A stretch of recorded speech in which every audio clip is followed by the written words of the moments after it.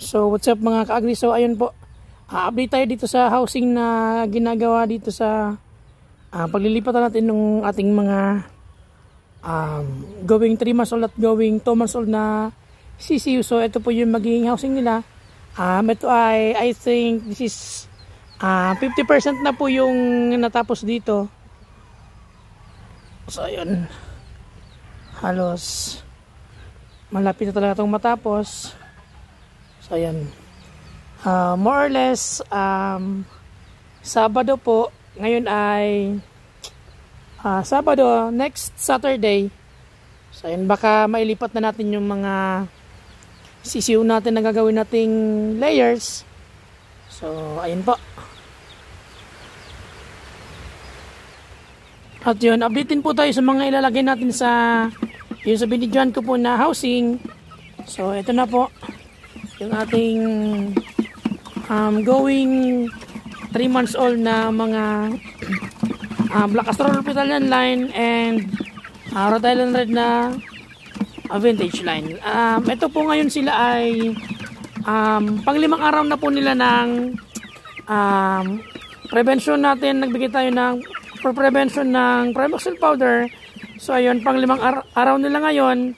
At sa mga susunod na araw po, ayun, araw-araw na ako magbibigay ng BMP 100 sa kanila. So ayun, para po ayun, maibalik natin yung mga good microorganisms sa kanila. At syempre, para po lumakas sila ulit sa pagkain. At syempre, lumakas ang resistensya nila since ayun nga, kakatapos lang po nila ng bacterial flushing at the same time prevention na rin po para hindi sila magkasakit kasi galing po sila sa cage tapos binaba natin dito sa growing pen. So ayun, syempre mabibigla sila ng environment, kaya ayun, nabigay tayo ng Primoxil powder. At syempre pagkatapos noon, araw-araw na po magbibigay nito ang ating BMP 100 na merong multivitamins, minerals, B-complex, electrolytes, amino acid, probiotics and prebiotics. At ito po ay matagal mapanis, kaya hindi po kayo lugi sa paggamit ito or kung bibili kayo. So kung interesado po kayong bumili, ilalagay ko po sa link or sa comment section yung link para po maka-order kayo sa mga online merchants na available po. So ayun po.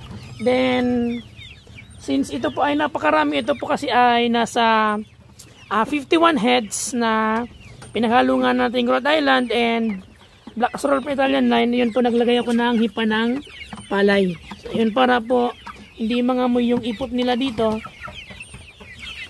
So ayun po. So yun lamang po mga ka-agri. Gumamit tayo ng bottle cock. Dahil sa bottle cock, laging lamang. At syempre gumamit tayo ng Firmabet, alang angat, alang tapat.